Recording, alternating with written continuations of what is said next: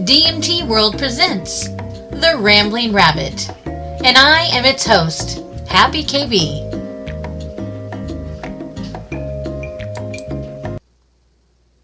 Welcome to The Rambling Rabbit. It is me, HappyKB. How is everybody doing out there in DMT World podcast land? It's been a minute. I kind of needed to take a hiatus for a little bit, regroup, got lots of stuff that it has occurred, and you have those moments where you need to just put things down and concentrate on the things that are important, work on the stuff that you need to get done, and then go back at it. And that's kind of where I'm at. So here I am. I'm back behind this microphone. I'm back at it.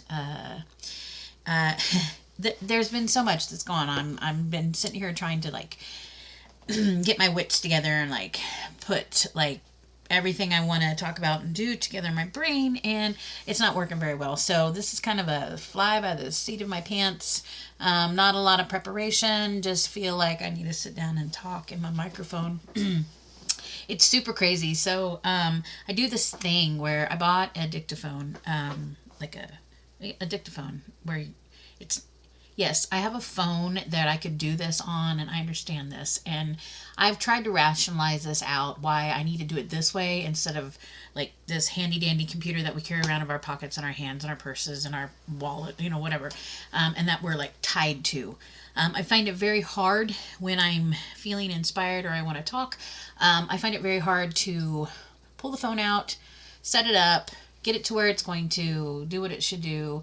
A lot of time, I'm kind of not super old, but I don't have a top of the line phone, and it doesn't always pick up my words.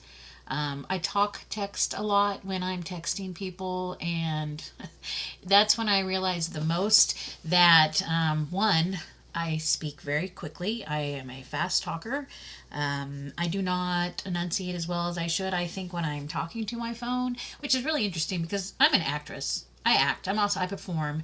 I sing. And musical performance is very crucial when you're singing on stage, utilizing consonants. That's important so people can understand, because when you're singing through a song and you've got T's or D's or even P's, things that need to have an ending on them to complete the sound that you're singing. If you don't, things get mushy and you can't really understand a lot what's being sang. So it's really important that enunciation happens. And I don't do that unless I'm performing, I guess. I've times listened to these podcasts, which I don't do very often. I don't like to listen to myself. I don't like the way that my voice sounds. But I will sometimes go back, and I've listened to some of the podcasts because I had to either catch up on the Woodstock 99 story so I could continue talking about it, or I had to go back and edit some stuff because some things were slipped through, things like that. So I cringe when I hear my own voice. Same with watching myself. I can't stand seeing myself perform. Can't do it. I love to perform and I like to do it, but I don't particularly like to watch myself do it or listen to myself do it. Anyways, what was I saying? Oh, I've realized with my phone that I do not enunciate very well, and so therefore my phone really texts out some really strange things to people, and I always find I have to apologize and remind them that I am a talk texter, and most of them know. They know when cattywampus things start coming across their screen. They're like, oh, KB must not be texting, she must be talking. So that's the thing, but I'm not sure exactly what I was yeah, I don't know where I was going with that, but anyways, my dictaphone, I'm sorry. I decided I was gonna get one of these. It's just a handheld. It's a recorder, is what it is. But it's just the recorder. In fact, you can set it up to be on and only activate when you start talking, which is brilliant for me because sometimes I have these most wonderful podcast episodes in my car when I'm driving. I have the best conversations. My ideas are just amazing as I'm driving in my car. Usually when I'm spoken, but as I'm driving in my car, and that's when I realized that I needed something to record some of those conversations, personal, like solo conversations with, so you all can get to hear them too. So I'm trying to get into this habit of when I'm in my car, I have my dictaphone there ready. I turn it on when I get in the car because if I'm struck with inspiration, I want to be like blah blah blah blah blah blah blah. So far, I haven't been able to like get into the rhythm of it yet, but I'm still working on it. But I do. I have some great conversations with myself when nobody's around to listen. So, yeah, that was an idea. So one of these days, you might get a podcast just full of car conversations that I had with myself at certain points in times. Who knows? Who knows? I would like to tell you guys that this is the month of April, and I'm not sure how many of you are aware, but we have come upon 5 years. It is our fifth month of our 5th year. So happy birthday to DMT World. We went live in April, and we had got established. We're established. It's kind of mind-blowing when I sit and think about it, how long it's been. I've actually known a lot of you guys longer than I've known some people in my actual like real life, like in real life, but not on my computer. So I think that's pretty cool that I have so many good people in my life in this community that have stuck it out for 5 years. If you haven't been here the full 5 years, and you're here now, man, I appreciate it. I appreciate the people that have found us. I appreciate the people who have stayed. I even appreciate the people that came and they have left us because they left their mark. They left their vibe. They got to spend some time with us, and we got to spend time with them, and that's important. It doesn't matter how long you've spent time, how long you've been in DMT World. If you were a part of DMT World at one point in time, I appreciate it. I appreciate you being here and sharing your vibe with us. I appreciate all the people that have left and have come back. Our last interview that we did was with Alex, 8721, and that was pretty cool. Getting to sit on the other side of a microphone and get to talk to him was cool. So it was kind of like, the past meeting the present, and now we're going into the future. So whatever we do in this present time, at this point in time, in the now, it affects what we do in our future. So keep that in mind, friends. Stay awake in the now. Do those things that you want to accomplish here and now. That way, as you go forward, it's going to be there in the future for you. So, yeah, I've had a long time to think. Let's see.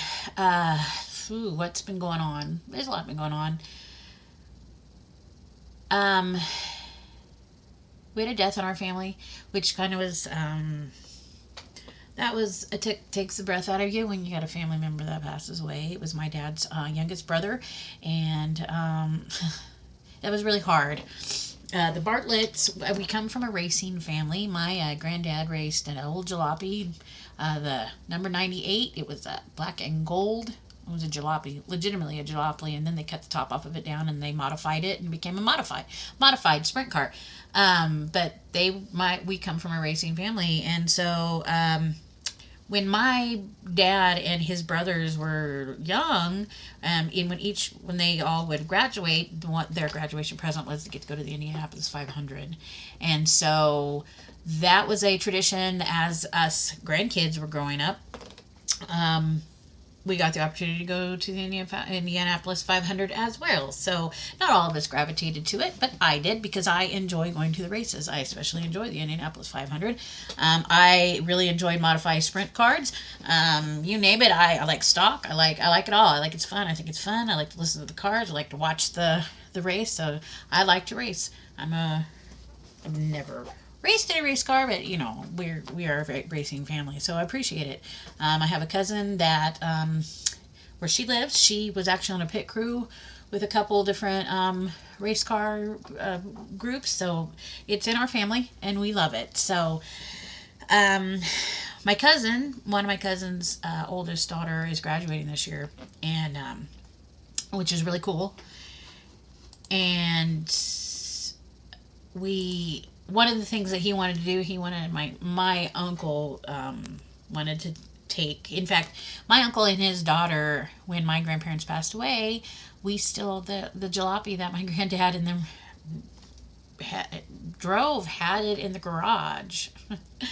And so my Uncle Ed and his daughters went and they took that vehicle, and I'll tell you what, they restored it. They restored that race car, that old 98 race car, back to its form. And we've seen it run in the what they call the powder puff races. It's when they take out the old antique cars and they just kind of run them around the track if they're able to. So that's pretty cool. So my uncle had decided that he wanted to take his granddaughter to Indianapolis with them. A couple of years, I think about 4 or 5 years ago, we had all went. My dad has 3 brothers, and they all have daughters, and so we did a father-daughter Indianapolis trip, which was super fun.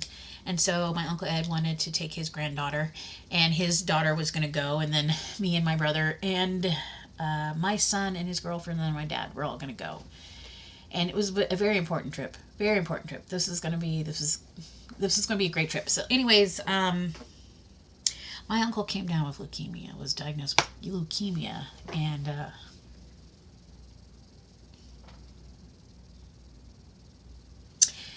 he didn't make it. He passed away last month. And the main thing he was most concerned with was he wanted to make it to the race. And so he didn't make it. He passed, and we went to they cremated him. We got to when we went to the memorial service. Actually, it was the day before. When we got to meet the family, it was kind of cool. We walked in, and his urn was sitting there, and they had, when each of like my dad and his brothers were born, my grandmother had these little black racing shirts made that said 98 on them.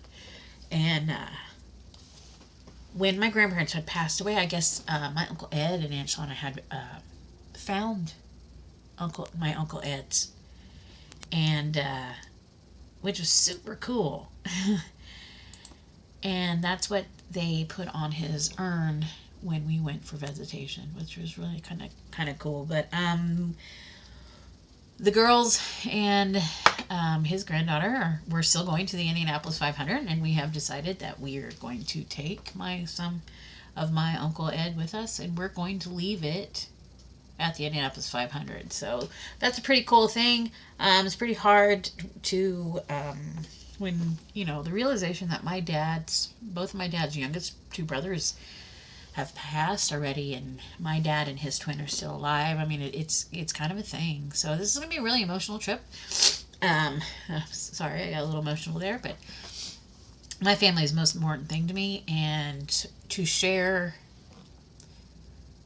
things like that with people who are listening, it means a lot. So forgive me for my tears and sniffles, but so I just want to share that. That's something we went through a lot. So yeah, death is hard. Well, there's been a lot of death lately. We're dealing with a lot of death in our world. We've got a lot of sudden death that's happening people are unaware of. We've got a lot of cancer. We've got lots of things happening. So my charge to you is, make sure that you're telling your people you love them. You make sure you hug your people. You hug your kids. You hug your parents. You hug those people in your life, because tomorrow is not guaranteed. We never see tomorrow. Everything happens in the now. So in the now, make sure that you are spreading love. Make sure you are telling people how you feel about them, and trying to make your life and other people's lives a little bit better. Just, people are important, and we need to keep remembering people are important. So what's been going on? Let's see. Yeah, we experienced that. My daughter and I just came back from Michigan. We went up for the Hash Bash. Did we make it to the Hash Bash? We close. But we kind of had our own little sessions and had a really, really, really fun time. We, us and a few other people from the community met up in Ann Arbor, and I had gotten a B&B and stayed at the B&B with them, and it was super fun and super cool. And there's going to be a lot more trips. We did not video this one. We're still working on the KB's Caravan of Ethanio Fest. It's so close. We're so close. It just, time has gotten away from us, but it's going to come out, and I keep telling myself, there's no time limits here. Once it's posted, it's going to be out there forever. So you guys, it's a fun trip. When the video gets posted, I can't wait to share it with you, but we'll get there. I promise. I know I keep talking about it, and it'll happen. You'll see it. But my daughter and I went this last week to Michigan to Hash Bash, and we had a good time. Got to experience some cactus. That was lovely. I liked the way that the cactus felt. It was very comforting, and it was warm and very cushy, and it wasn't chaotic. Sometimes when I'm tripping, especially like on acid or even mushrooms, can be very chaotic in my brain at time, and that chaos did not exist with the cactus, and it was beautiful. It was very, very much, the vibe was love, and it was kindness, and it was beautiful. I had one of the probably best experience so far, and can't wait to do cactus again. So thank you very much to the person who allowed us to share in that experience with them. So hats off to you. I really enjoy getting to meet up with people that are in the community, and I hope someday I get to meet other people in the community that we can get together and we can spend some time and have some sessions and just sit and chill and talk. And I think we are our best medicine sometimes, and the people I got to spend a couple days with and just got to let loose, I really appreciate you guys. You guys mean a lot to me, so thank you very much. Let's see. So, if this is the first time that you have tuned in to the Rambling Rabbit, again, my name is HappyKB. I am the Rambling Rabbit. DMT World. If you've not ever been to DMT World, right now I'm going to invite you. Please come to www.dmtworld.net. If you've never been to the website, please come and check it out. It's free to join. You can be part of the community. You don't have to pay anything, but I will let you know that there is the opportunity to help us keep DMT World going. Everything is, I'm trying to find that Patreon. Every person, everything that happens in DMT World is done by hand. The upgrading of accounts, the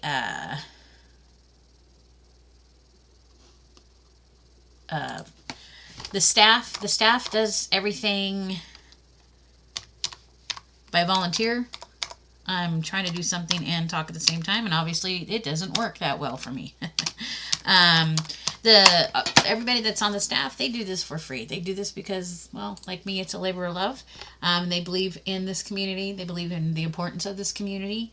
And they have been kind enough to agree to help me be on the staff and monitor and just help keep everything running. We have community builders, and then we have staff that are in our Discord, that are always in our Discord and there to talk to people, laugh with people, have a good time with people. I'm very much appreciative of those that do spend the time in our Discord, and those that do actually work for us and which are our community builders. So I want to say thank you very much for those of you that do that. I want to say thank you to the staff that is on DMT World. They work hard. They are constantly watching out and making sure that we're all safe, making sure that there's nothing squirrely or illegal happening on the site, and they're always there to lend an ear or give advice or just be there with you guys. And so I want to say thank you very much to the staff. I can't do this, couldn't do this without you. And I wouldn't want to do it without you because it would get very lonely, I think. So, like I said, if you've never been to the site, please come and join us. We've got some really great people that are in our community, very knowledgeable people.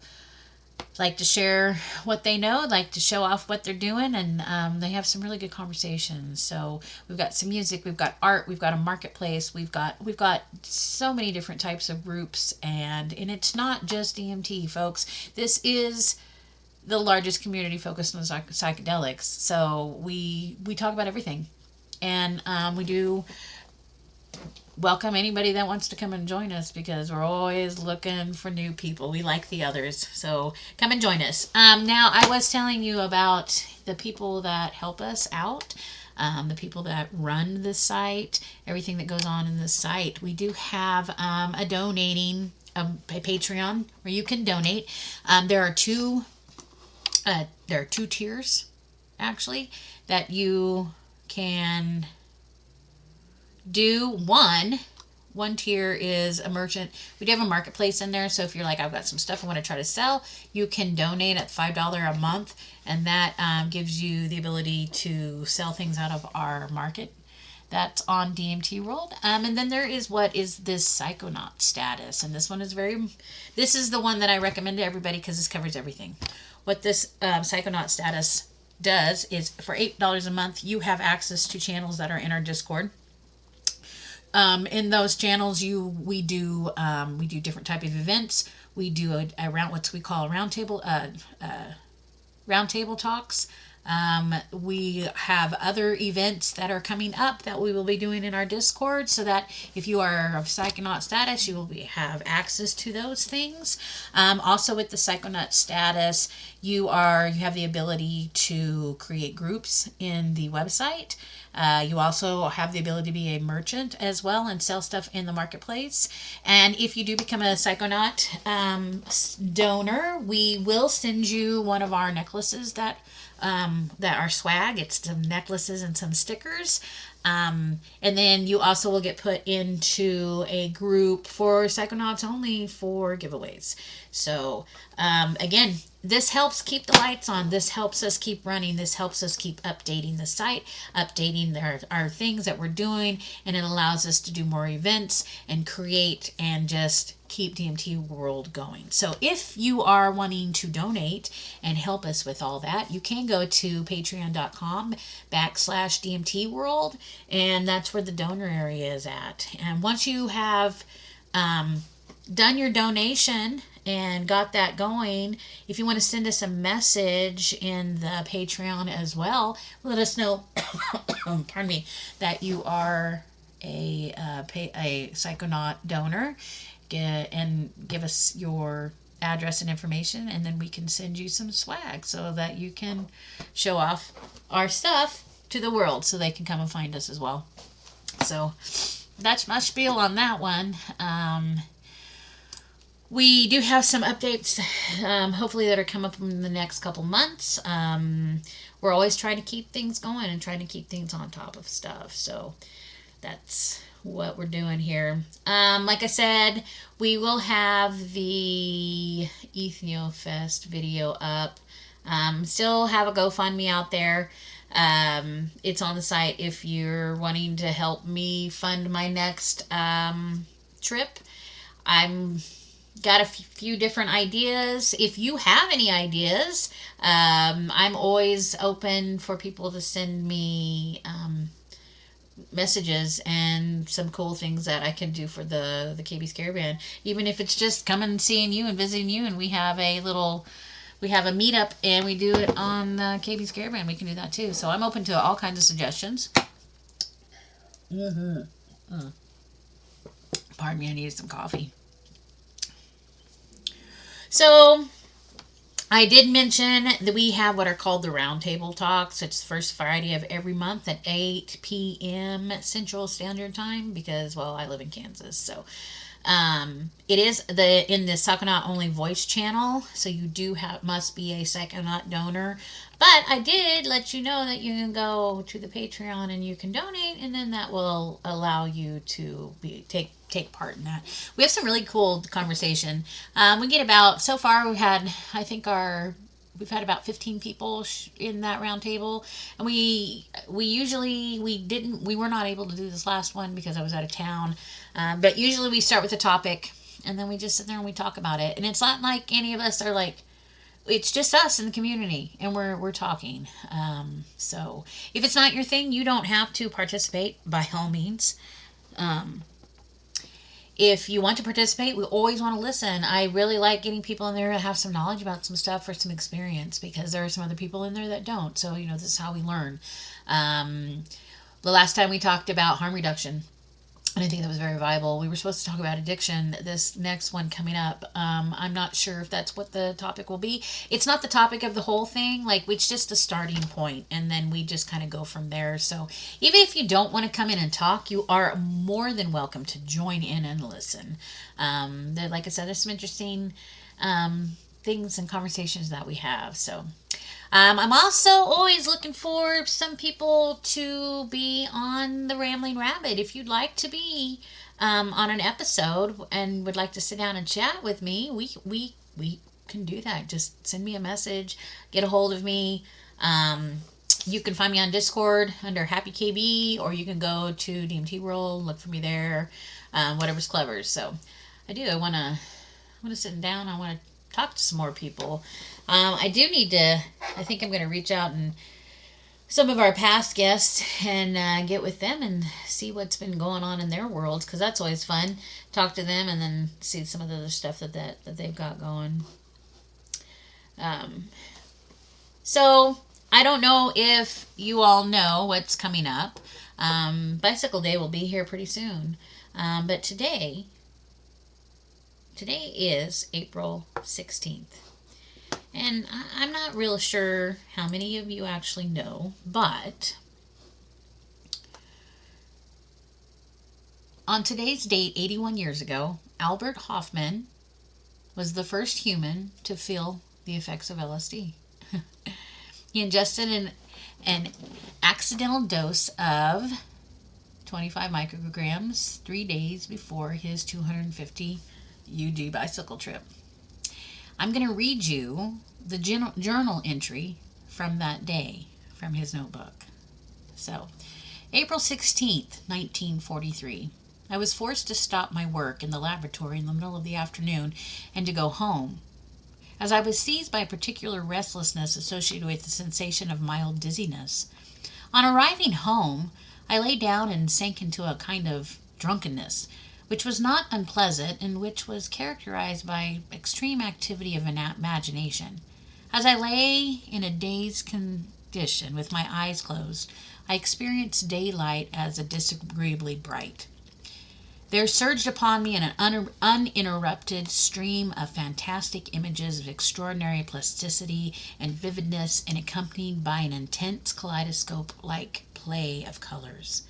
This condition gradually passed off after about an hour or two. Albert Hofmann. And then, on April 19th, he took 250 microgram doses, and that's when we celebrate Bicycle Day. So that was a neat little excerpt that I found. LSD is my favorite psychedelic of choice, and so around this time I always get a little excited. The whole thought of just massive amounts of people tripping on LSD just kind of makes me giggle. And I don't know, it's one of those substances that I don't think I would ever not want to have access to, because I like the insights that I get off of LSD. So yeah, April 16th, 1943. Just thought I would read that little quibit for you. I do want to let you know that we've got some new merchandise, some new designs in our merch store. I don't know if you guys have visited recently. I try to keep some new stuff happening in there. I do have some different designs in there from Alex that he has been gracious enough to send over and allow us to use on merchandise. So if there's anything of Alex that you would like, there is some stuff in there from him. So there I've put there's quite a bit in our merchandise store. So if you haven't been to the merchandise store, you can go to DMT world 2.creator-spring.com, or you just can go to the website, go to the group merch store, and most everything that I've been posting and putting in the merch store is in there, and it has links, so that way you can get to the stuff to look at them. If there is anything or any ideas or any types of shirts or anything that you are actually seeking or wanting, you can get a hold of me and we can see if maybe we can make something, create something, or get something put on something. So don't be afraid. Reach out and talk to me. I'd be happy to see what I can do to help you out. There's a lot of stuff going on, guys. Gosh, sometimes I sit and I'm just like, man, KB, you're not getting anything done. You're not doing anything. And then I forget nobody's expecting anything from me. And so that takes a little bit of pressure off my head, because, I am the worst. I am the worst. I am my worst critic. I'm just the worst. So in my brain, for some reason, think I have to get all this stuff out, and you guys are gonna hold me to the hilt because I haven't been doing anything, when I know most of you don't even think about me until I pop up. So that's okay. I got some different projects that I'm working on. What I do want to tell you is words. Yeah. Our very own other admin. We're going to be hosting an event in our Discord, which is going to be a Psychonaut level Patreon supporters only. He is going to do a dreams class. He wrote a book a while ago that's called Lucid Dream, and a lot of us in the community got a copy of this book, and so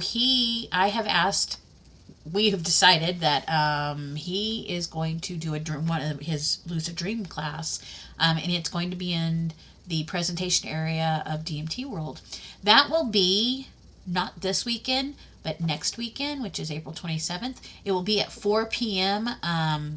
Pacific Standard Time. So that's 6 o'clock Central Time, and then that is 7 o'clock, whatever the other time zone is. I'm so bad at the time zone game.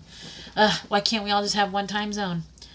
I mean, I know the answer to that, but still, I have to think in dimensional time zones, and sometimes it's hard. It's really interesting to think that somebody is 2 hours behind me and somebody's an hour ahead of me, and then I've got people who are a day ahead of me and a day behind me, but it's whatever. It's one of those paradoxical things that I sit and I just kind of think about, and maybe I should get me a time zone map. I have an area in my room that I could put it up here, and then I can look at it. Maybe that's what I need.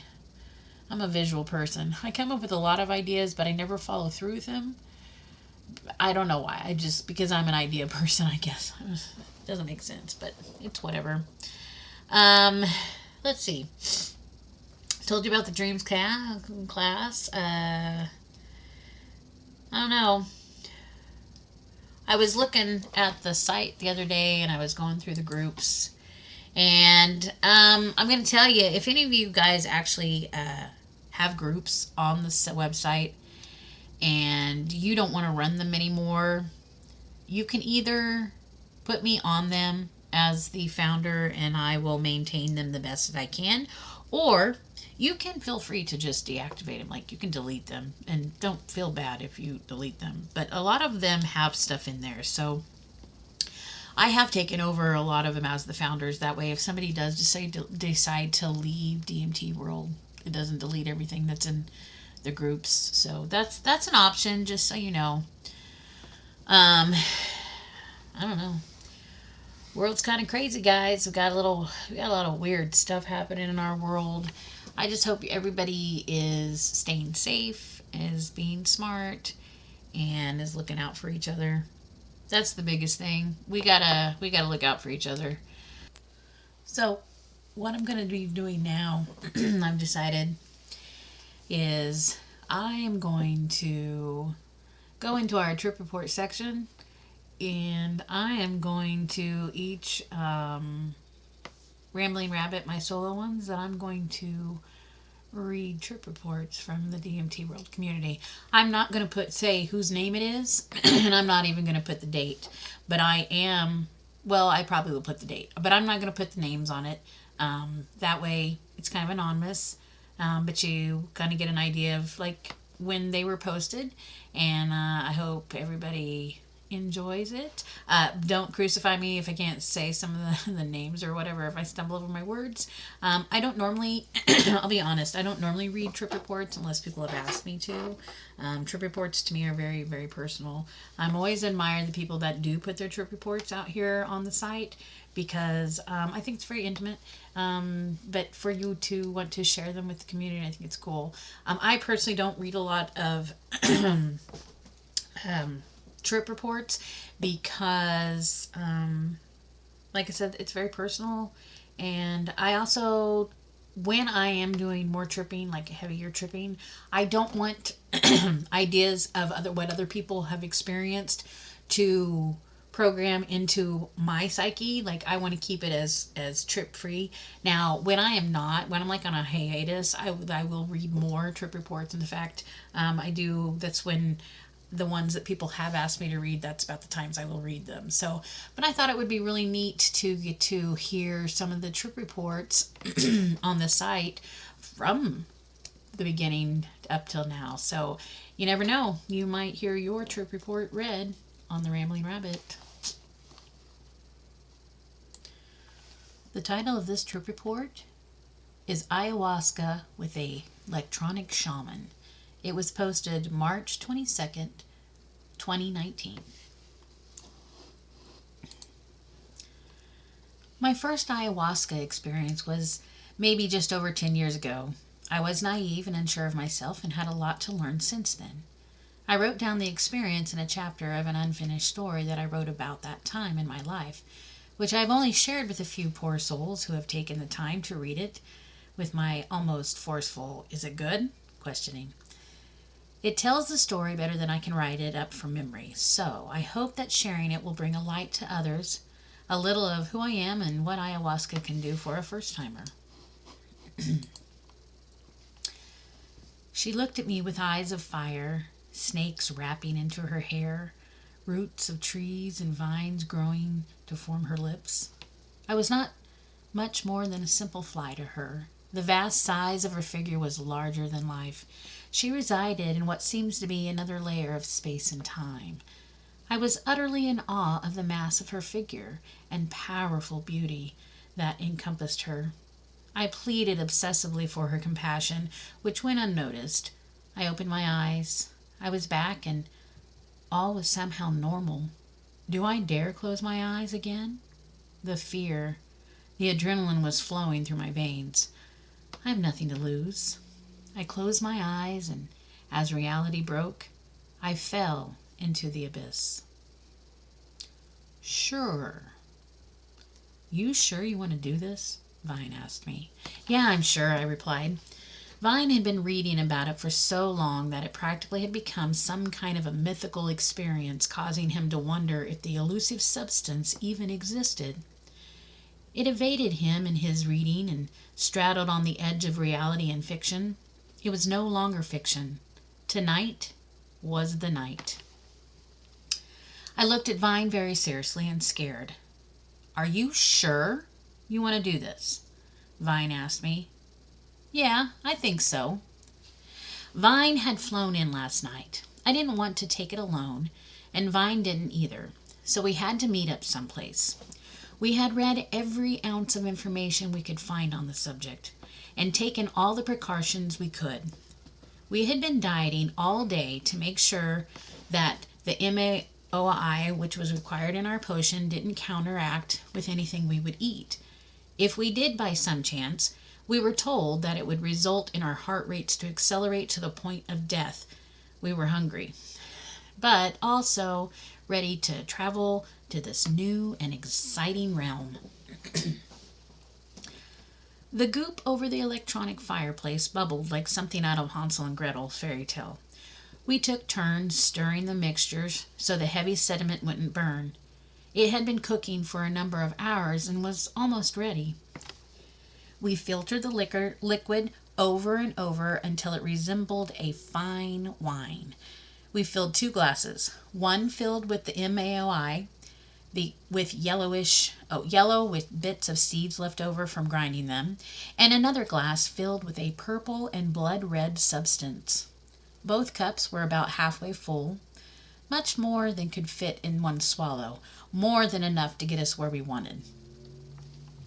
We stood up from the bar stools we'd been sitting on, feeling the dread and the sinking of our hearts, much like looking over the edge before jumping off a cliff. We were excited and needed to have our legs firm on the ground, ready for the sprint. We took the wine glasses we had filled with the MAOI and shifted it into our mouths and swallowed. The taste was horrible. I could only describe it as absolutely unpleasant, nasty urine-like flavor, which no matter amount, mind over matter will cover that taste. Time will never allow me to forget that taste. It was the definition of horrible. After cringing and utter distaste in our reaction, and we sat disgusted, our taste buds' reactions to each other, our descriptions were much the same. Surely now we know that this must have been some kind of an awful joke that convinced inexperienced, uneducated individuals to be traumatized by tastes of hell. No way could someone do this to themselves on purpose. It was inhumane. We waited the time recommended to us through our research, and we were ready for our next class. I dreaded that idea. What came next can only be described as a repeat what my thoughts were on the first glass, and take the bile taste and multiply it by like 10. It was death. The gritty, bitter taste of the substance was the same taste that one would get from red wine, but horribly amplified to the point it was as if you were drinking bark. I never wanted to repeat this experience again. I didn't care how amazing the experience could be. Regardless, the substance flowed through my veins.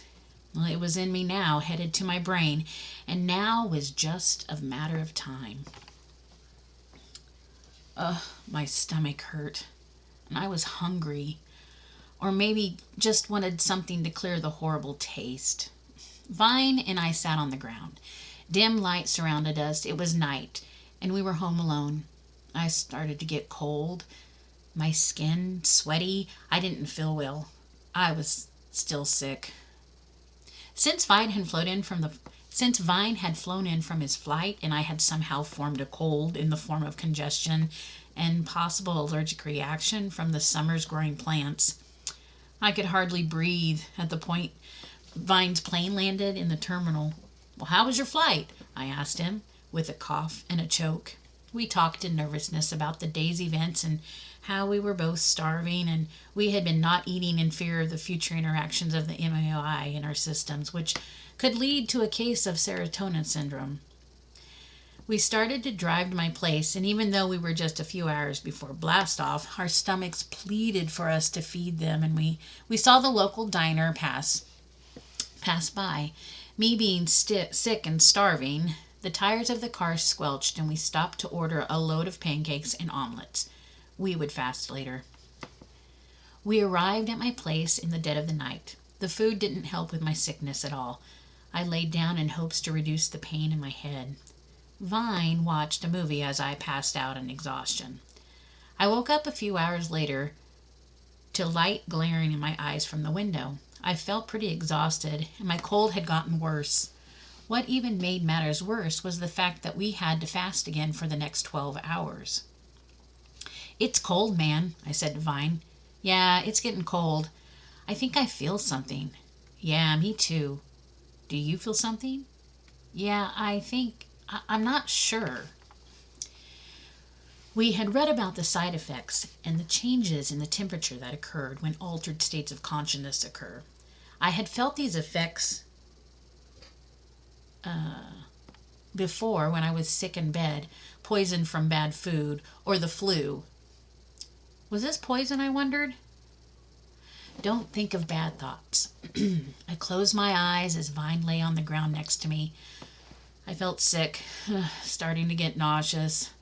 We had a trash can laid out next to us for the time when the La Purging came. Hold it in. I need time to absorb, I thought. 40 minutes had gone by now. La Purge getting itself ready for finally the ultimate exhaustion of all matter out every bodily orifice. And had felt a slight tingle in the top of my head, more near the front of area of my eyes. As it grew more intense, I could close my eyes and see what seemed to be a light in the distance, glowing brighter as time passed. I wondered if the light was from inside the room where Vine and I lay. I opened my eyes and the light was gone. It was dark. I closed my eyes and the light started to appear again. Something strange, almost alien, started to make me feel anxious. I wondered if I had made a horrible choice. Vine and I had met in college a number of years back. I was straight out of high school and came from a religious family. For that reason, I didn't use any substance, including alcohol. Vine lived a few doors from me in the local dorms and often hung out to play video games and to talk about drama that occurred around us.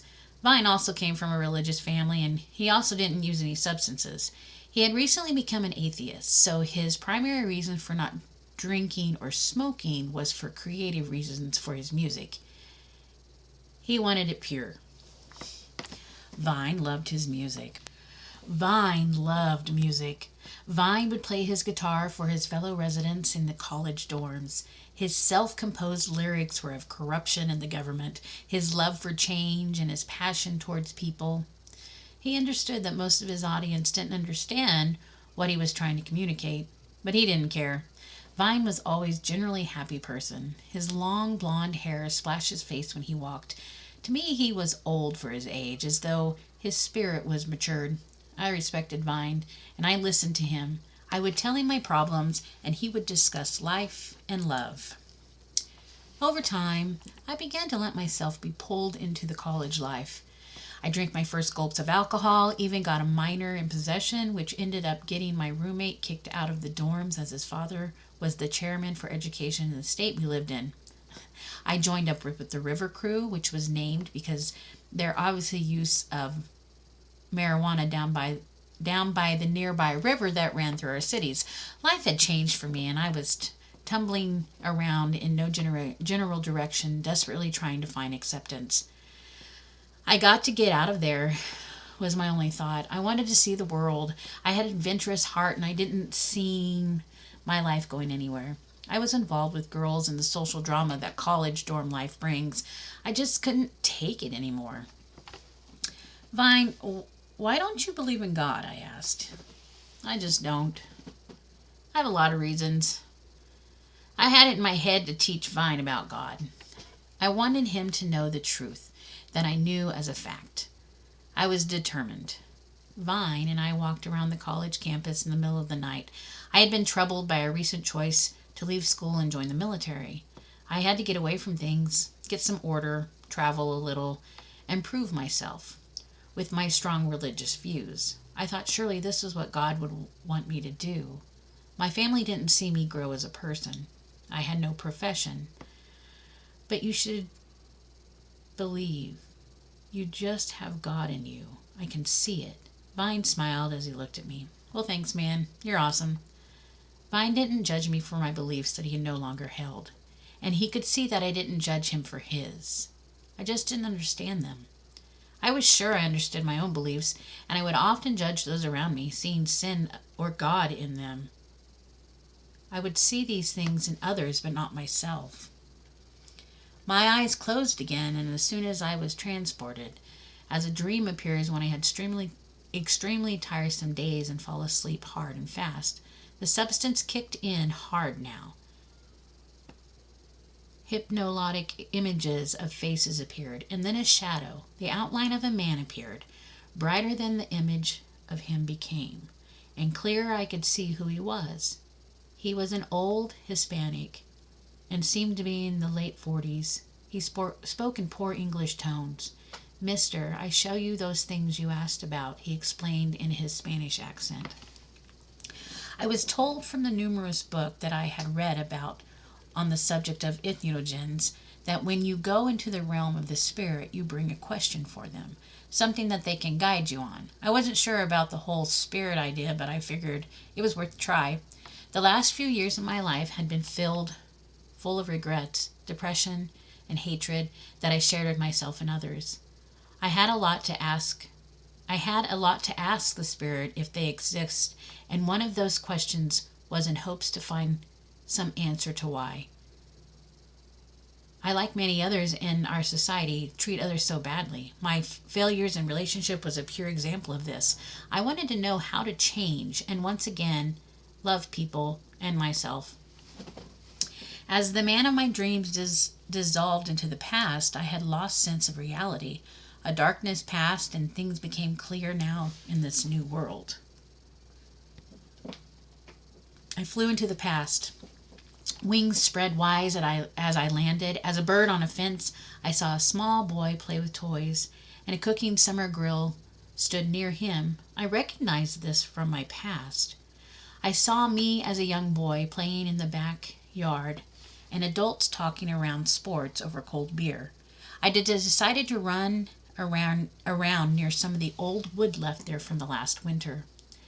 I hit the wood with my foot, kicking it to let out a childhood frustration, and wasps that grew angry because of the disturbance to their new home nestled in the wood came flying out in a full defense, stinging me with their powerful venom. I saw myself scream with pain and run from them, crying for something or someone. I removed this unknown hurtful force inside me. In my new bird form, I flew closer to the young me. I could see the skin on my arms swell with the pain. Sickness overflowed from me, the pain overwhelmingly. I was no longer the bird, but the skin of my arm inflamed and stretched to its extremes. I was dying, being violent by the poison. I opened my eyes. It was just too much. I rolled over from the uncomfortable feeling of the experience. I was back in my house, hearing the recording of the drums in the background, something we believed would help with the experience. Vine was next to me. "You okay?" Vine asked. I breathed out to make myself believe it.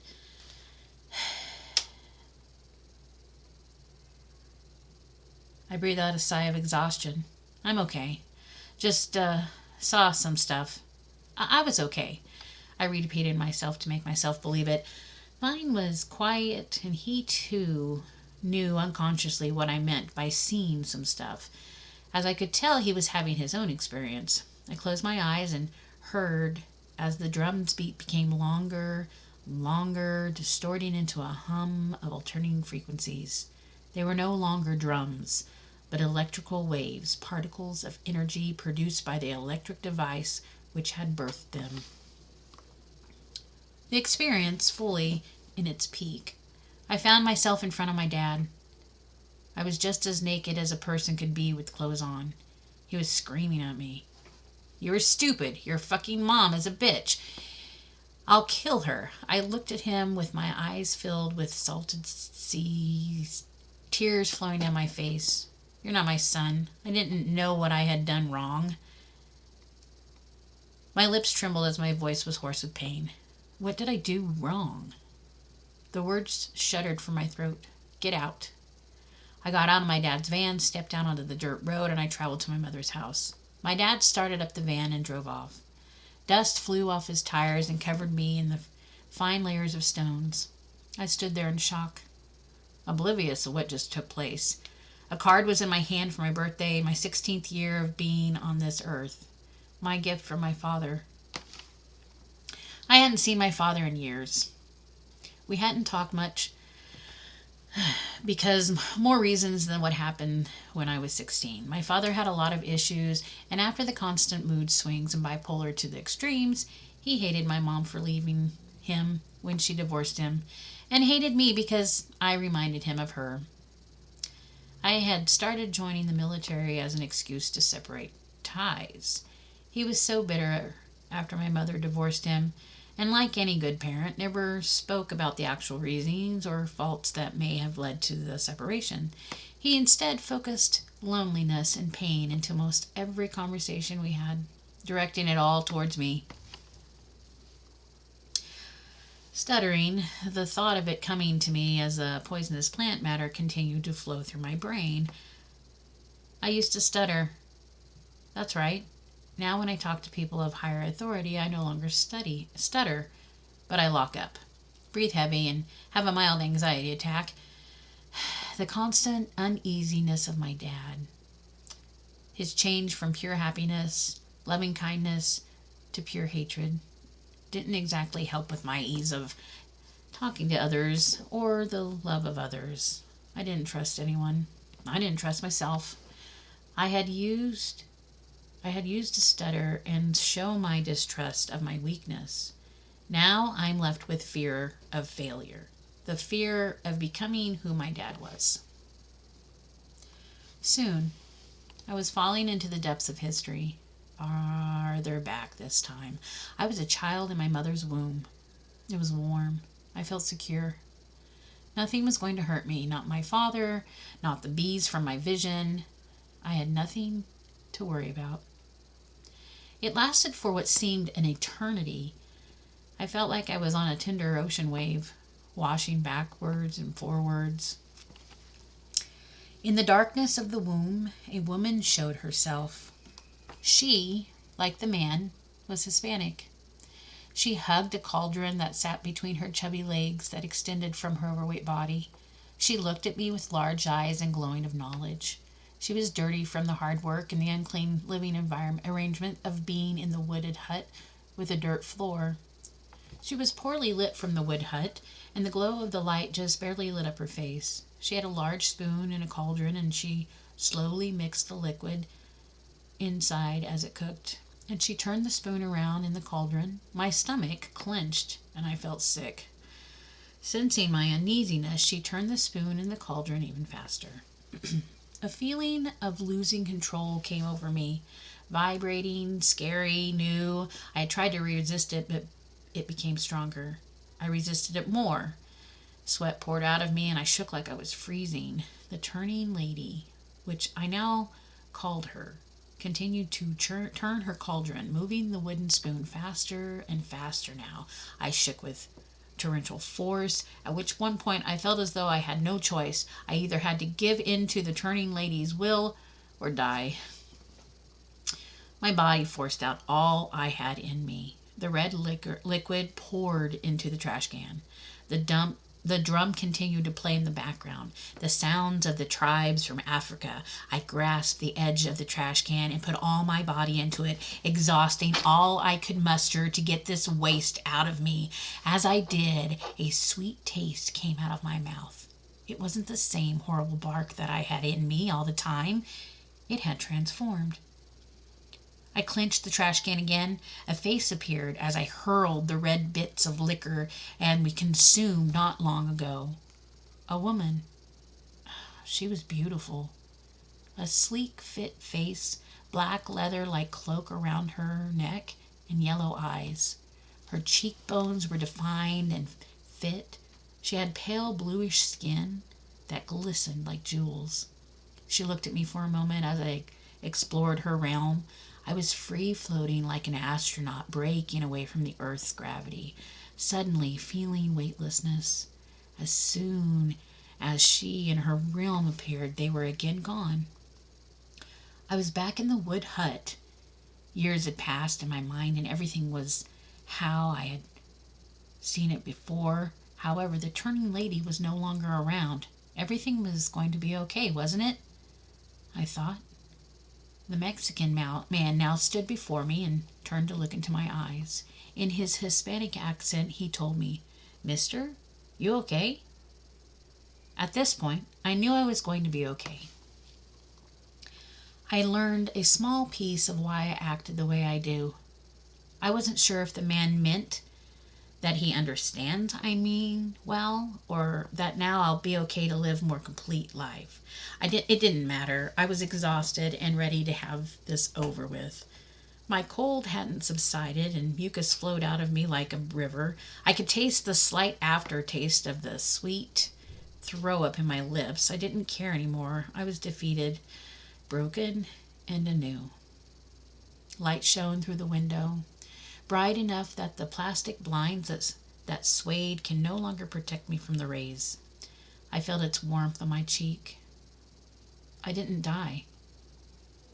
I made it to the other side. I opened my eyes and I just lay there. Vine was next to me. I woke him up. It was time to eat. Oh, food. Food tasted amazing.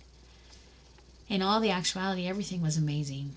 The slight overtones of the previous night still could be felt on some level.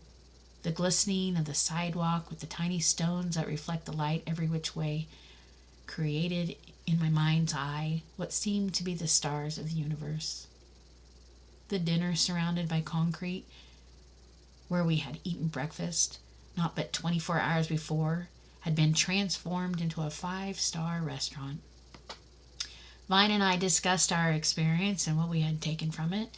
We had read so many books about the subject of psychedelics, but no book could describe the trial and amazement that occurred. It felt like a roto-rooter had gone through every neuron in my brain and removed all the buildup of negativity thought processes over the years. Something spiritual was growing in me that no Sunday church session could contest.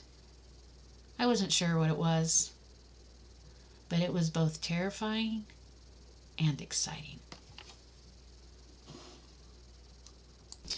Okay, friends, I hope you really enjoyed that true report. I have a feeling that I'm going to really enjoy reading these, especially the ones that are from the beginning when we started this. So I hope you enjoyed that. We're going to do this every time I do a solo. There may be some that are shorter than others, so you may get 2 or 3 in one time. I don't know. I haven't decided, but I've really enjoyed sitting here talking and getting to get back familiar with my microphone, and I look forward to talking to more people in the community. Like I said, if you're wanting to sit down and have a chat with me and we just kind of see what's up and find some things to talk about, I'd be happy.